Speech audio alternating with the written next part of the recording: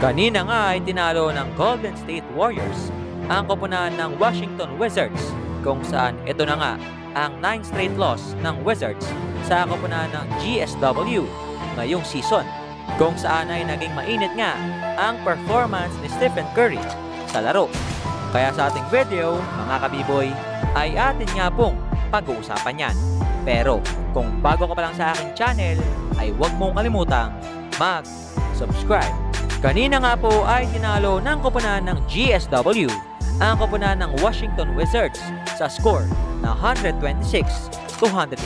At sa tulong nga iyan nila Stephen Curry na tumikada ng 38 points, Kevin Durant na nagtala ng 21 points, at si DeMarcus Cousins na nagtala ng 17 points, kung kaya't nanalo nga ang koponan ng GSW sa koponan ng Washington Wizards, kung kaya't napanatili nga ni Stephen Curry ang kanyang 30-point game on their past 19 games.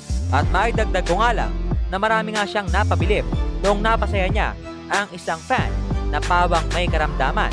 At kaya naman siguro siya ganyan ka-bless dahil kahit nga marami na siyang narating at marami ng mga awards ang kanyang nakuha, hindi niya pa rin nalilimutang magbalik sa kanyang pinanggalingan. Kaya naman yon, hanggang dito na lang at maraming salamat sa panonood.